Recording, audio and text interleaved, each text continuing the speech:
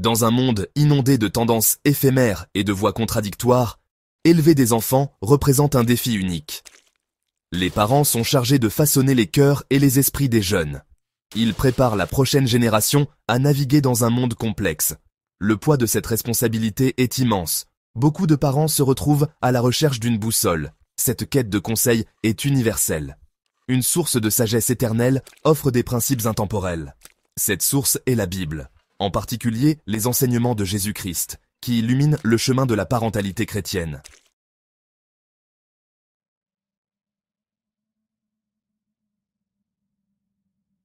La parentalité chrétienne n'est pas simplement un ensemble de règles. C'est un chemin de foi, un partenariat avec Dieu. Les parents sont appelés à inculquer à leurs enfants un amour profond et durable pour lui. Ce voyage n'est pas sans défi, mais la beauté de la parentalité chrétienne réside dans sa confiance en la grâce de Dieu. La Bible offre des versets qui parlent au cœur des parents, offrant encouragement et conseils pratiques. Un de ces passages, trouvé dans le livre d'Éphésiens, pose les bases pour comprendre l'importance profonde d'élever des enfants dans les voies du Seigneur.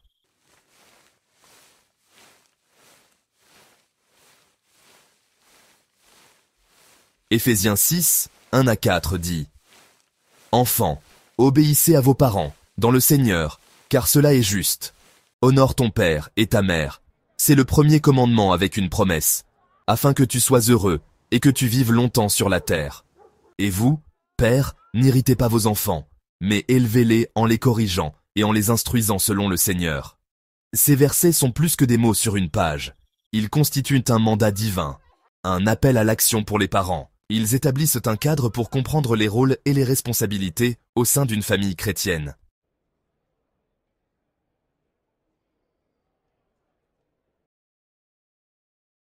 Au cœur d'une ville animée, vivait un homme nommé Thomas. Thomas était un mari dévoué et un père aimant de 2 jeunes enfants. C'était un homme d'une foi profonde, sa vie ancrée dans les enseignements de Jésus-Christ. Thomas aspirait à élever ses enfants dans les voies en mots du Seigneur. Il savait que ce chemin ne serait pas facile, conscient des défis à venir.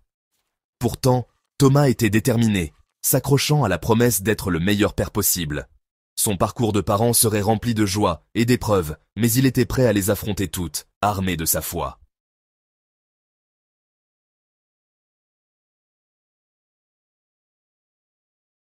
Les premières années de la vie de ses enfants étaient bercées par les douces mélodies de la foi. Chaque soir, Thomas rassemblait ses enfants autour de lui, partageant des histoires de la Bible. Les dimanches matins étaient un moment spécial dans leur foyer, rempli d'anticipation, alors qu'ils s'habillaient pour l'église. Thomas et sa femme faisèrent de la foi une partie vibrante de leur vie quotidienne. Ils priaient ensemble avant les repas, remerciant Dieu pour ses bénédictions. Thomas croyait que nourrir l'esprit d'un enfant était tout aussi important que de nourrir son bien-être physique et émotionnel. Il comprenait que les graines de la foi, semées tôt et cultivées avec amour, avaient le potentiel de s'épanouir en une vie vécue au service de Dieu et des autres.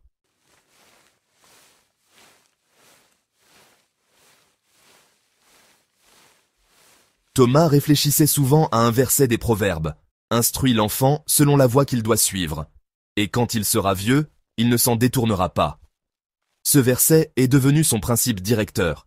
Il comprenait qu'élever des enfants consistait à façonner leur caractère, à modeler leur cœur pour refléter l'amour du Christ. Thomas a embrassé la responsabilité d'être le chef spirituel de sa famille. Il savait que ses actions parlaient voix plus fort que les mots, s'efforçant de vivre une vie qui reflétait ses croyances. Il a embrassé le voyage, sachant que les récompenses d'élever des enfants qui aimaient et honoraient Dieu dépassèrent de loin les défis.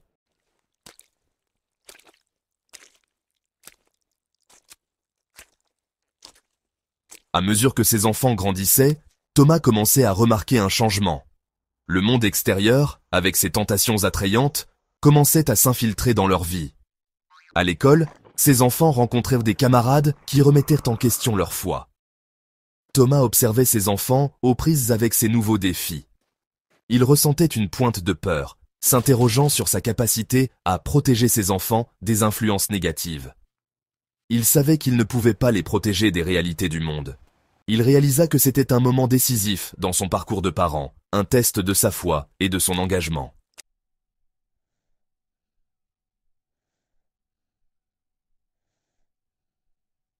Thomas ressentait un malaise croissant, alors que le monde extérieur faisait pression sur sa famille.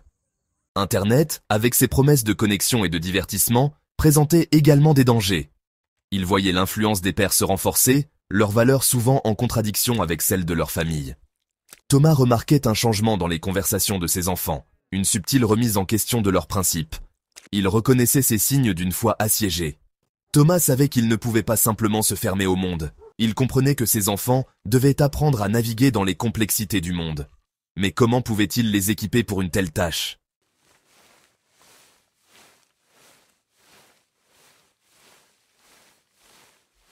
Alors que Thomas était aux prises avec ses défis, il trouva du réconfort dans les proverbes. Car l'Éternel châtie celui qu'il aime, comme un père, le fils qu'il chérit. Ce verset lui rappelait que la discipline, bien que souvent difficile, était un acte d'amour. Il réalisa que permettre à ses enfants de dériver sans guide serait un mauvais service. Thomas comprenait que la discipline consistait à guider, à fixer des limites et à responsabiliser ses enfants. Il savait que cela exigeait de la patience, de la constance et des conversations difficiles. Mais il était déterminé à faire ce qui était le mieux pour ses enfants. Il reconnaissait que la discipline, lorsqu'elle est enracinée dans l'amour et tempérée par la grâce, pouvait conduire ses enfants vers la maturité et une compréhension plus profonde du cœur de Dieu.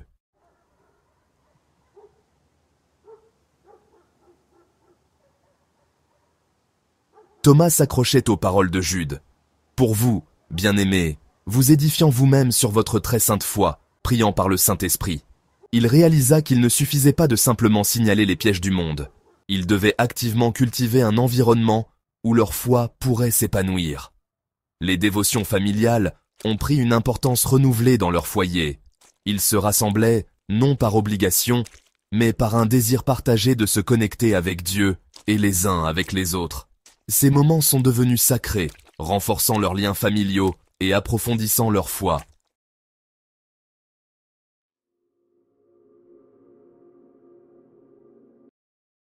Thomas a reconnu que ses enfants n'étaient pas les seuls à faire face à une bataille de foi. Lui aussi luttait avec des doutes et des peurs. Le poids des responsabilités le pesait. Dans ces moments de vulnérabilité, Thomas se tournait vers la prière. Il déversait son cœur à Dieu, confessant ses peurs et ses insuffisances. Dans le calme, il sentait la présence de Dieu, une assurance réconfortante qu'il n'était pas seul. L'histoire de Thomas nous rappelle que le voyage de la parentalité chrétienne est un voyage de foi, d'abandon et de confiance inébranlable en Dieu.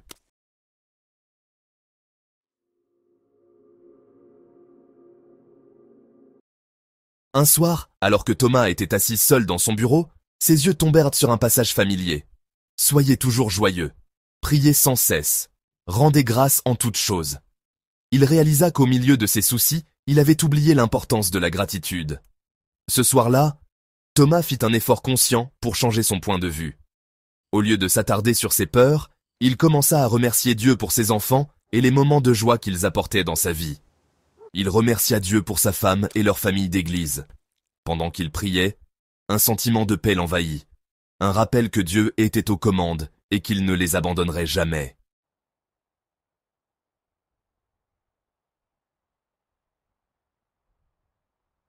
Inspiré par son sentiment renouvelé de gratitude et son engagement à construire activement la foi, Thomas décida de créer davantage d'occasions de partager des expériences avec ses enfants. Il comprenait que la foi n'était pas seulement quelque chose à enseigner, c'était quelque chose à vivre, à expérimenter de première main. Il commença à planifier des sorties familiales axées sur leur foi. Ils ont fait des randonnées, s'émerveillant de la beauté de la création de Dieu. Ils ont fait du bénévolat dans une soupe populaire locale, leur cœur touché par les histoires de ceux qu'ils servaient. Ils ont assisté à des concerts chrétiens, leur voix se mêlant à d'autres dans des chants de louanges. Ces expériences partagées ont créé des souvenirs durables, des moments où la foi prenait vie, allant au-delà des mots sur une page et entrant dans le domaine de la réalité tangible. Elles ont favorisé un sentiment de connexion, non seulement au sein de la famille, mais aussi avec une communauté de croyants qui partageaient leurs valeurs et leur amour pour Dieu. Thomas réalisa que la foi, comme un muscle, se renforçait lorsqu'elle était exercée, et que la meilleure façon de préparer ses enfants à affronter les défis du monde était de leur donner l'occasion de faire l'expérience de l'amour et de la grâce de Dieu de manière tangible.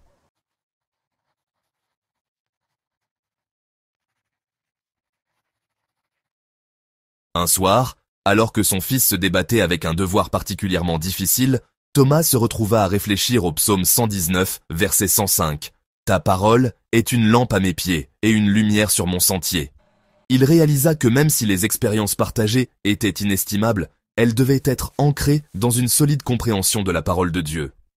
La Bible, il le savait, n'était pas simplement un recueil d'histoires ou de directives morales. C'était la parole vivante et vibrante de Dieu, une source de sagesse, de conseils et de force pour chaque situation que la vie leur réservait. Thomas commença à intégrer davantage d'écriture dans leur vie quotidienne. Ils lisaient ensemble un passage de la Bible chaque matin avant l'école, discutant de sa signification et de la façon dont il s'appliquait à leur vie. Il encourageait ses enfants à mémoriser des versets clés, à cacher la parole de Dieu dans leur cœur afin qu'elle soit là pour les guider lorsqu'ils étaient confrontés à des choix difficiles. Il comprenait que dans un monde saturé d'informations, il était essentiel pour ses enfants de développer la capacité de discerner le vrai du faux, de reconnaître la voix de Dieu au milieu du tumulte des voix concurrentes.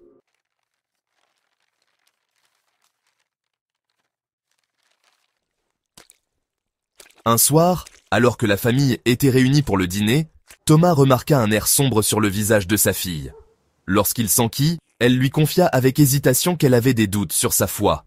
Elle avoua que certaines des choses qu'elle apprenait à l'école semblaient contredire ce qu'on lui avait enseigné à la maison et à l'église. Thomas ressentit une pointe de peur familière, un serrement à la poitrine lorsqu'il réalisa la profondeur de la lutte de sa fille. Mais cette fois, au lieu d'essayer de donner immédiatement des réponses ou de rejeter ses doutes, il choisit une approche différente. Il partagea son propre cheminement de foi, reconnaissant que lui aussi avait connu des moments de doute et d'incertitude. Il parla honnêtement des défis de concilier la foi avec les complexités du monde, admettant qu'il n'avait pas toujours toutes les réponses. À ce moment de vulnérabilité, un changement se produisit dans la dynamique familiale. Les murs de la défensive se sont effondrés, remplacés par une atmosphère d'ouverture et de grâce. Sa fille, sentant la véritable empathie de son père, s'ouvrit davantage, partageant ses peurs, ses questions et son désir d'une foi authentique et pertinente pour sa vie.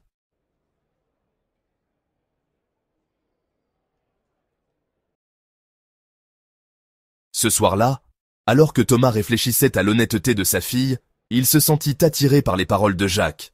« Si quelqu'un d'entre vous manque de sagesse, qu'il la demande à Dieu, qui donne à tous simplement et sans reproche, et elle lui sera donnée. » Jacques 1, 5. Il réalisa qu'il n'avait pas besoin d'avoir toutes les réponses. Il avait simplement besoin de guider ses enfants vers celui qui les avait. À partir de ce jour, Thomas fit un effort conscient pour créer un espace sûr où ses enfants pourraient exprimer leurs doutes et leurs questions sans crainte d'être jugés.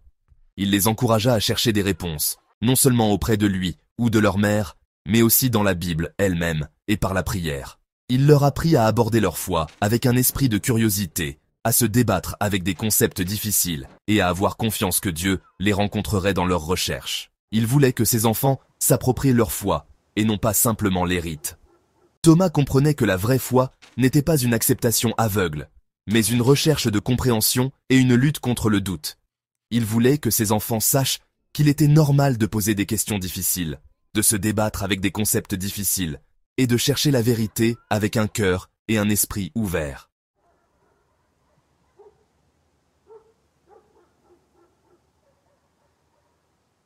Section 2. Le jeune Jésus au temple. Une leçon de curiosité. Un dimanche matin, pendant l'école du dimanche, l'histoire du jeune Jésus au temple a été racontée. Les enfants ont écouté attentivement l'enseignant raconter comment Jésus, à l'âge de 12 ans, était resté à Jérusalem pour engager une conversation profonde avec les chefs religieux de son époque. Ils étaient émerveillés par la soif de connaissance de Jésus, son désir d'apprendre et de comprendre les Écritures. Plus tard dans la journée, alors que Thomas et sa famille rentrèrent de l'église en voiture, sa fille s'exclama de l'arrière « Papa, pourquoi Jésus n'avait-il pas peur de poser des questions? Ne s'inquiétait-il pas de ce que les gens penseraient ?» Thomas sourit. C'était exactement le genre de dialogue qu'il espérait encourager.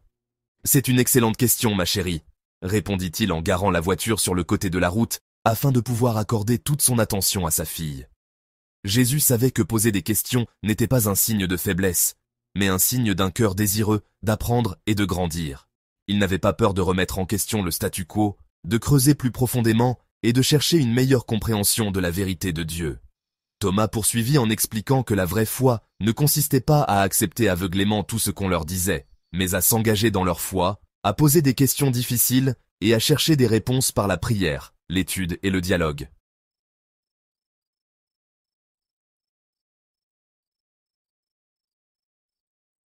Alors que ses enfants s'épanouissaient en jeunes adultes, Thomas trouva du réconfort dans les paroles de Luc 2,52 « Et Jésus croissait en sagesse, en stature et en grâce devant Dieu et devant les hommes. » Il réalisa que la croissance spirituelle, tout comme la croissance physique, était un processus graduel, marqué à la fois par des progrès et des revers. Il y aurait des moments où la foi de ses enfants s'envolerait, et des moments où elle serait mise à l'épreuve. Il savait que son rôle en tant que parent n'était pas de protéger ses enfants des tempêtes de la vie, mais de les équiper pour naviguer dans ces tempêtes avec courage, grâce et une foi inébranlable en l'amour indéfectible de Dieu. Thomas continua d'être une source d'amour, de soutien et de conseils pour ses enfants. Il écoutait patiemment leur lutte, leur offrant des paroles d'encouragement et les ramenant à la vérité de la parole de Dieu. Il célébrait leurs triomphes, grands et petits, reconnaissant que chaque pas en avant dans leur cheminement de foi était un témoignage de la fidélité de Dieu. Thomas et sa femme avaient imposé des bases solides, nourrissant la foi de leurs enfants avec amour, sagesse et une confiance inébranlable en la grâce de Dieu.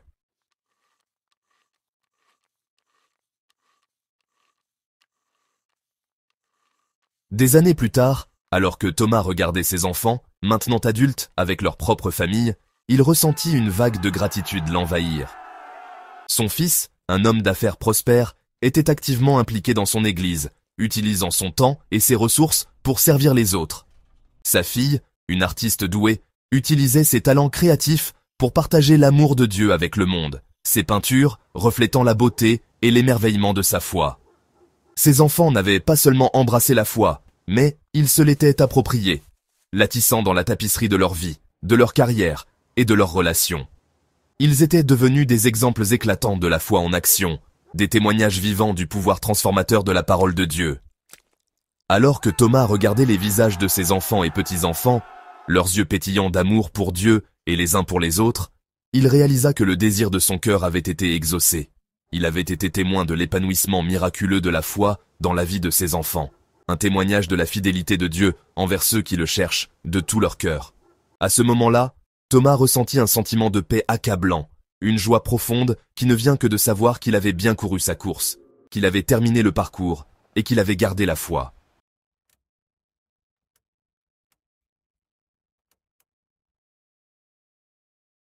Le parcours de Thomas, tout comme les histoires tissées dans la Bible, est une lueur d'espoir. C'est un témoignage de la puissance durable de la foi. Sa vie, bien que marquée par des défis et des moments de doute, est finalement devenue une symphonie de la grâce de Dieu. Il a embrassé la responsabilité qui lui incombait. Il a nourri les graines de la foi chez ses enfants. Il a compris qu'être parent, en particulier parent chrétien, n'est pas une entreprise passive.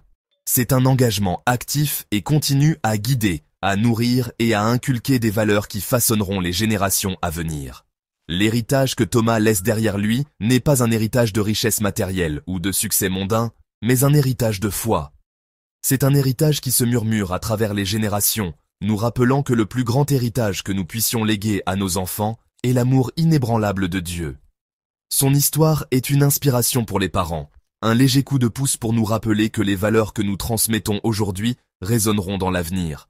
C'est un appel à l'action, nous rappelant que nous n'élevons pas seulement des enfants, mais des personnes qui changeront le monde, de futurs leaders et des cœurs compatissants qui façonneront le monde avec l'amour du Christ.